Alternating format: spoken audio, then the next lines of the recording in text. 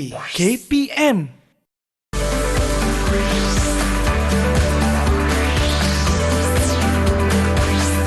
Didik TV KPM.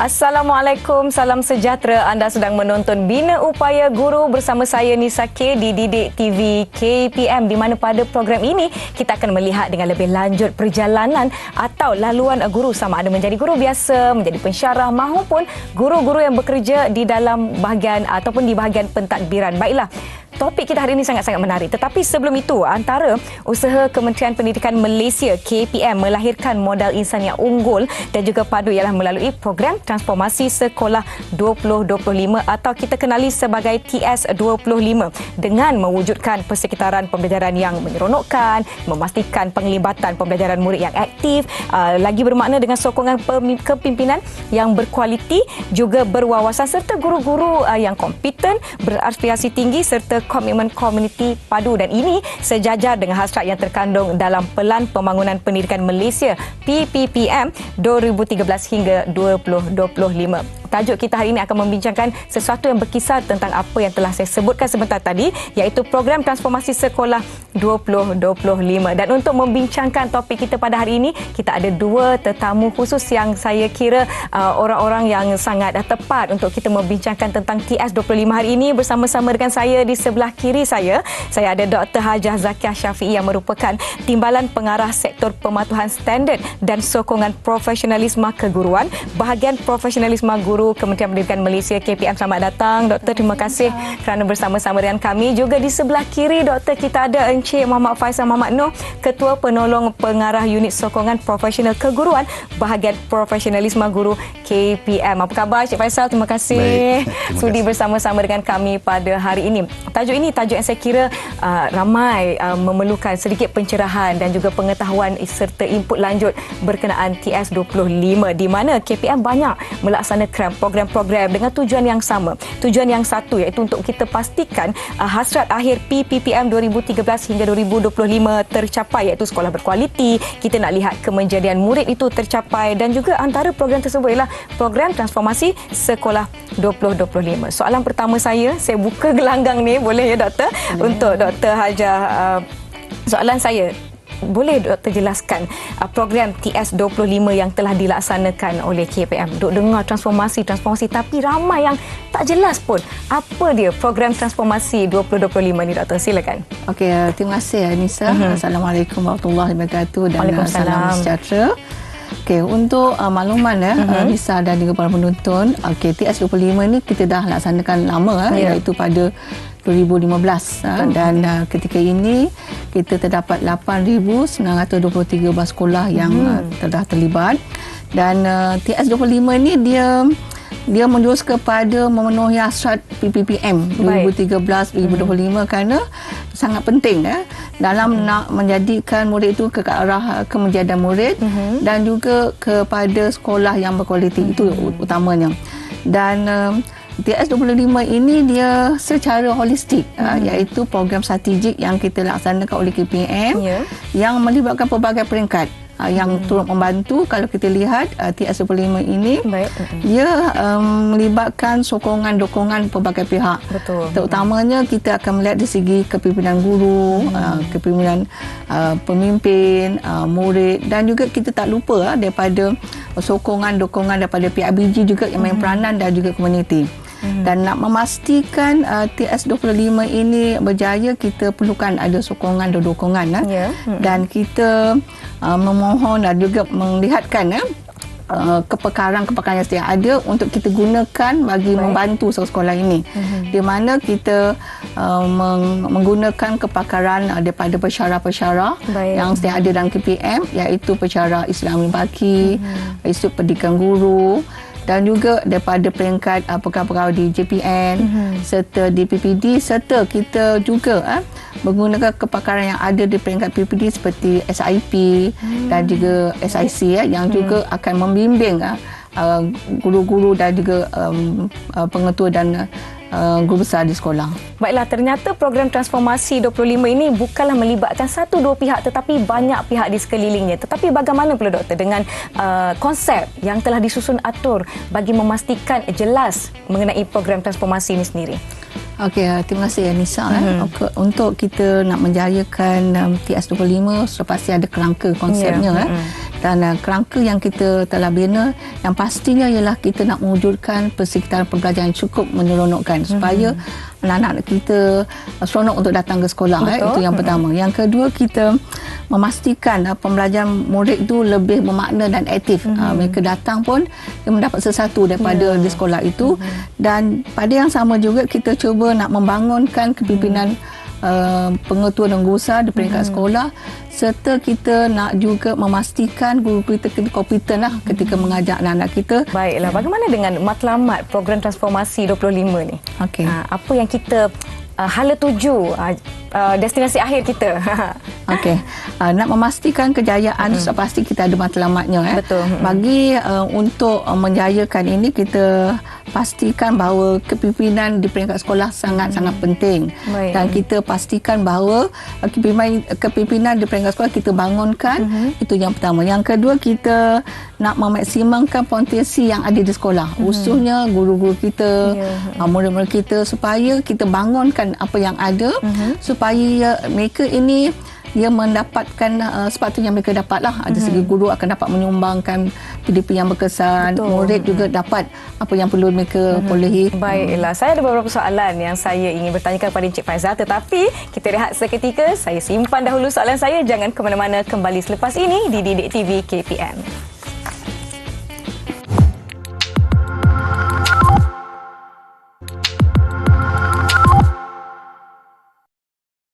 Terima kasih kerana masih menonton Bina Upaya Guru di Didik TV KPM. Masih bersama saya Nisa K dan Dr. Hajah Zakiah Syafiee, juga Encik Muhammad Faisal Muhammad Noor, membincangkan tajuk kita hari ini, Program Transformasi Sekolah 2025. Ini soalan-soalan yang saya simpankan untuk Encik Muhammad Faisal daripada awal tadi. Saya tertarik dengan objektif, dengan konsepnya dan matlamatnya, tetapi untuk kita pastikan kita capai di akhir garisan, di garisan penamat, kita mesti ada latihan ataupun aktiviti-aktiviti yang menyokong segala matlamat, konsep dan pelbagai informasi yang telah diberikan oleh Dr. sebentar tadi. Boleh Encik Faisal jelaskan kepada penonton Didik TV apa aktiviti-aktiviti yang ada dalam program transformasi 2025 ni?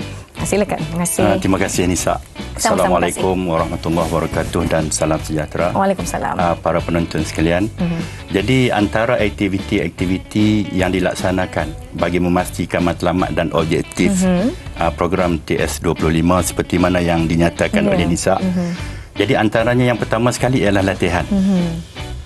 Di mana semua rakan elit yang disebutkan tadi dan peserta latihan yang terdiri dalam kalangan pengetua, guru besar, guru penolong kanan, guru yang mengikuti program ini akan diperkenalkan dengan 8 modul. Iaitu modul 1 sehingga modul 8. Jadi modul-modul ini dilaksanakan secara dalam talian menggunakan pelantar D5 KPM. D5 KPM, ya. Baik. Antara modul yang saya sebutkan tadi, yang pertama sekali ialah modul 1, iaitu bimbingan dan pementoran. Baik. Kemudian modul yang kedua ialah menerajui kepimpinan. Modul 1 dan modul 2 ini berkaitan dengan kepimpinan. Jadi dia lebih khusus kepada pentadbir sekolah lah. Pengetua, guru besar, guru-guru penolong kanan. Kemudian seterusnya modul yang ketiga ialah menerajui pembelajaran. Modul keempat, persekitaran pembelajaran profesional. Jadi modul ini sebenarnya 3 dan 4 ini khusus kepada pengajaran dan pembelajaran. Ataupun kita namakan dia pedagogi. Kemudian modul yang kelima, penilaian dan refleksi. Di mana modul yang kelima ini sebenarnya adalah refleksi kepada modul 1 sehingga modul 4. Baik. Kemudian seterusnya kita ada modul 6 iaitu kefahaman melalui reka bentuk. Modul 7 digital tools and resources. Dan modul yang ke-8 ialah Redesigning Students Learning Experience. Dia berkaitan dengan pentaksiran bilik darjah. Baiklah, antara modul 1 hingga modul 8 ya, Cik Muhammad Faisal, mana satukah modul yang memfokuskan kepada kemajuan kendiri?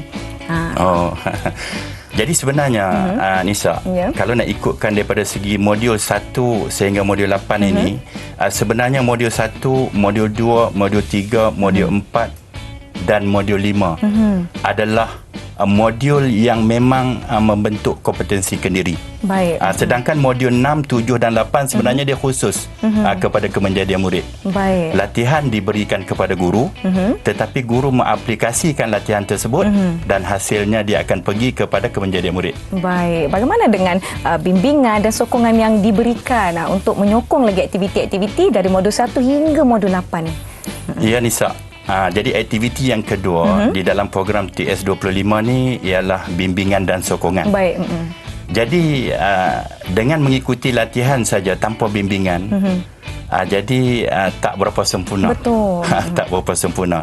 Jadi untuk menyempurnakan latihan itu, jadi sokongan perlu diberikan kepada pentadbir, kepada guru di sekolah. Jadi bimbingan dan sokongan ini sebenarnya dilaksanakan oleh rakan elit yang disebutkan tadi, daripada pensyarah IAB, pensyarah IPG, SIC+, SISC+. Kemudian bimbingan ini diberikan berdasarkan kepada tugasan ataupun kandungan di dalam modul itu sendiri. Baik. Kemudian bimbingan dan sokongan ini kalau berkaitan dengan kepimpinan, maka rakan elitnya daripada pensyarah IAB dan SI Partners Plus. Kalau berkaitan dengan pengajaran dan pembelajaran ataupun pedagogi, maka rakan elit yang memberi bimbingan ialah daripada pensyarah Institut Pendidikan Guru dan SISC Plus. Jadi itulah keadaan bimbingan yang berlaku. Jadi oleh kerana sekarang ni Nisa, seperti mana yang disebutkan oleh Puan Hajah tadi, Dr. Hajah Zakiah, sekarang ni sekolah yang terlibat 8,923 buah sekolah. Banyak. Jadi satu jumlah yang besar. Betul. Jadi bila jumlah yang besar dengan rakan elit yang kita ada, kadang-kadang mengikut keadaan, sebab rakan elit ni kadang-kadang dia bukan hanya bertugas memberi bimbingan, malahan dia menyempurnakan tugas-tugas di tempat dia. Okey, jadi pada masa itu maka kita memberi kelonggaranlah kepada rakan elit ni membimbing. Sama ada secara individu, dia boleh pergi terus ke sekolah, ataupun atas kekayangan tertentu dia boleh juga laksanakan secara berkelompok. Dikumpulkan sekolah A, sekolah B, sekolah C di satu tempat, kemudian diberi bimbingan. Jadi dalam keadaan sekarang ni, dalam endemik ni kan, jadi maksudnya kita terbuka lagi, maksudnya rakan elit ni diberi lagi keleluasan di mana boleh laksanakan secara dalam talian ataupun boleh bersemuka. Saya pasti ramai yang teruja untuk bersemuka kerana sudah sekian lama berada di balik skrin kaca televisyen. Bagaimana modul-modul ini diberikan pengiktirafan? Adakah mereka akan diberikan pensijilan atau sebagainya? Okey, baik Nisa. Sebenarnya kan untuk kita nak memastikan rakan elit, nak memastikan rakan elit kita tu sentiasa bersedia. Jadi maksudnya bila-bila masa saja bersemangat untuk melaksanakan bimbingan kepada rakan-rakan di sekolah. Jadi pada masa dalam keadaan yang sebegitu, jadi kita akan bangunkan rakan elit kita ini dengan latihan-latihan yang berbentuk pembangunan kapasiti. Kapasiti. Jadi dengan latihan ini, apabila mereka tamat, maka mereka diberi pentaulihan dan pengiktirafan melalui beberapa program yang telah dilaksanakan oleh KPM. Antaranya ialah program Certified Coach.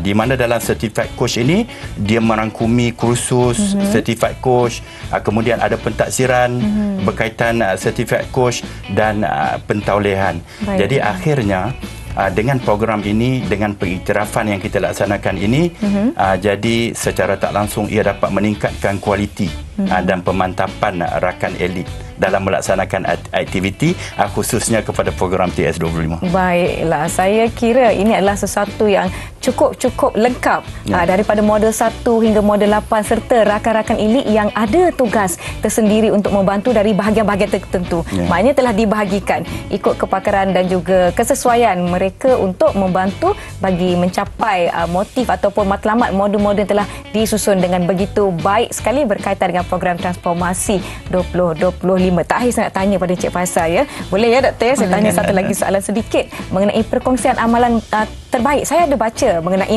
kolokium perkongsian amalan terbaik. Ramai yang masih tidak mengetahui apa itu kolokium perkongsian amalan terbaik. Mungkin boleh jelaskan secara ringkas dan padat. Encik Faisal, silakan. Okey, baik Nisa. Tadi saya telah nyatakan bahawa kita ada latihan. Kemudian kita ada bimbingan dan sokongan. Kemudian kita ada pembangunan kapasiti. Baik.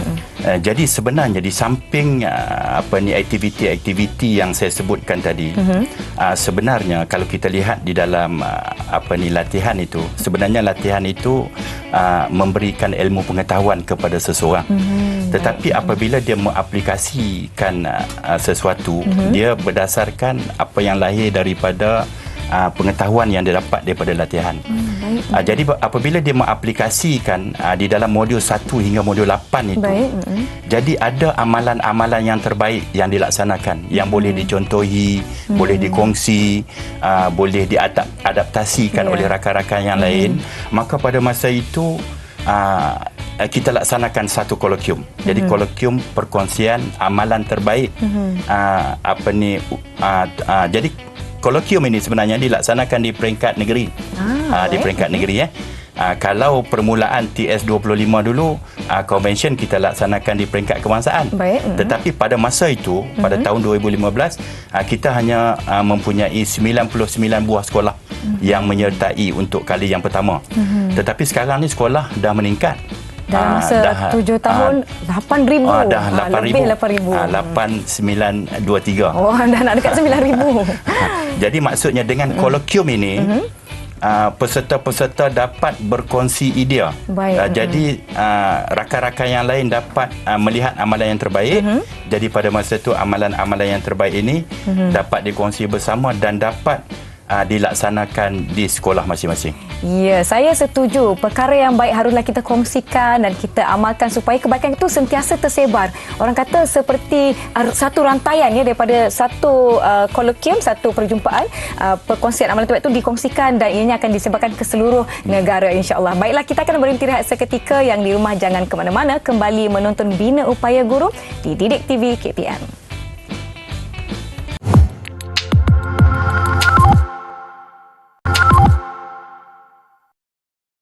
Terima kasih kerana masih menonton Bina Upaya Guru di Didik TV KPM. Tadi Encik Faisal ada menyebut tentang perjumpaan ataupun kolokium perkongsian amalan terbaik di mana ianya dilakukan di peringkat negeri serta kebangsaan. Mungkin Dr. Zakia boleh kongsikan kepada kita semua yang menonton ni mengenai aktiviti yang telah dijalankan di peringkat kebangsaan tersebut. Silakan Dr. Okey, terima kasih Anissa.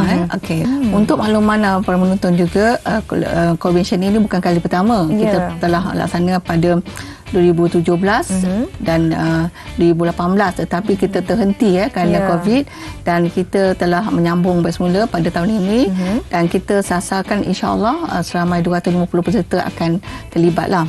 Okey, untuk komisen ini kita akan menjurus kepada matlamat jugalah dan juga kerangka TS25 kerana ini sangat penting kerana ini adalah satu platform untuk kita berkongsi di kalangan TS25 ini dengan bertemakan pemimpin berkesan, guru kualiti dan kerjasama komuniti menjana kemenjangan murid. Ini selaras dengan kita punya matlamat lah. Dan objektif TS25 ni, komisen yang kita akan adakan, dia tak lari jugalah dengan apa yang kita bincang sebelum ini, iaitu yang pertama kita memberi pendedahan kepada kita punya pentadbir di sekolah, memberi satu ilmu yang baru yang terkini, dan kita supaya mereka jelas apa peranan mereka. Itu yang pertama. Yang kedua, kita upskilling kan, maksudnya kita memberi pendedahan ilmu kepimpinan kepada pihak pentadbir di sekolah. Baik. Di samping juga kita membangunkan idea-idea baru, perkongsian kepada guru kita, dan akhir sekali kita ada juga amalan-amalan terbaik yang kita akan berkongsikan. Baik. Dalam convention ini kita banyak pengisiannya, termasuk ada ucap pertamanya, ada pamerannya, ada perkongsian amalan terbaik kita. Harapkan nanti insya-Allah kita akan laksanakanlah convention ini. Terima kasih. InsyaAllah. Baiklah, itu dia tema yang telah dikongsikan mengenai convention program amalan terbaik di mana berkaitan dengan program transformasi 25 yang akan diadakan di masa akan datang. Saya ulang sedikit tema kita yang telah dikongsikan sebentar tadi ialah pemimpin berkesan, guru berkualiti dan kerjasama komuniti menjana kemenjadian murid. Ini jelas menunjukkan semua pihak perlu menggambling tenaga untuk memastikan program transformasi yang telah dirangka dengan begitu baik ini menjadi dan juga sampai kepada matlamat yang telah kita kongsikan di awal tadi. Tengok pada jam tu kan, Doktor, Cik Muhammad Faisal, cemburunya jam tu dengan kita. Maknanya kita dah pun tiba di penghujung Bina Upaya Guru. Jadi sedikit kata-kata akhir mungkin hasrat yang boleh Cik Muhammad Faisal kongsikan berkaitan dengan topik kita hari ini, program transformasi sekolah 2025. Silakan. Ya, terima kasih Anissa. Sama-sama. Jadi saya mewakili bahagian profesional guru ingin menyampaikan dua hasrat. Iaitu hasrat yang pertama berkaitan dengan program TS25. Jadi seperti yang telah dinyatakan oleh Nisa dan Dr. Hajah Zakiah tadi di permulaan iaitu matlamat akhir PPPM 2013 hingga 2025 ialah kemenjadian murid dan sekolah berkualiti. Baik. Jadi melalui program TS25 ini marilah bersama-sama kita berganding bahu melaksanakan program ini demi kejayaan murid-murid kita. Jadi usaha dan kerjasama daripada semua pihak insya-Allah akan menjadi tunggak kejayaan kepada program ini. Kemudian hasrat yang kedua. Hasrat yang kedua berkaitan dengan konvensyen kebangsaan program TS25 kali ketiga. Jadi kami amat mengalu-alukan semua warga pendidik dapat bersama-sama mengikuti konvensyen kebangsaan program TS25 secara bersemuka dan secara dalam talian.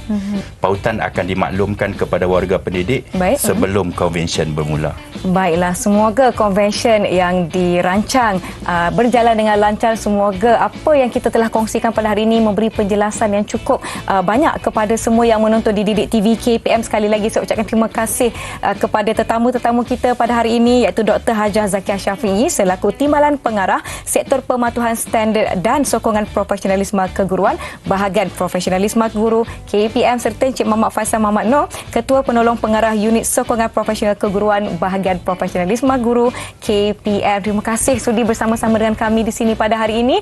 Berbesar hati untuk saya berada di sini bersama anda dan saya harapkan penonton di rumah teruskan menonton saluran Didik TV KPM. Saya Nisa K. Terima kasih, kita jumpa lagi. Terima kasih.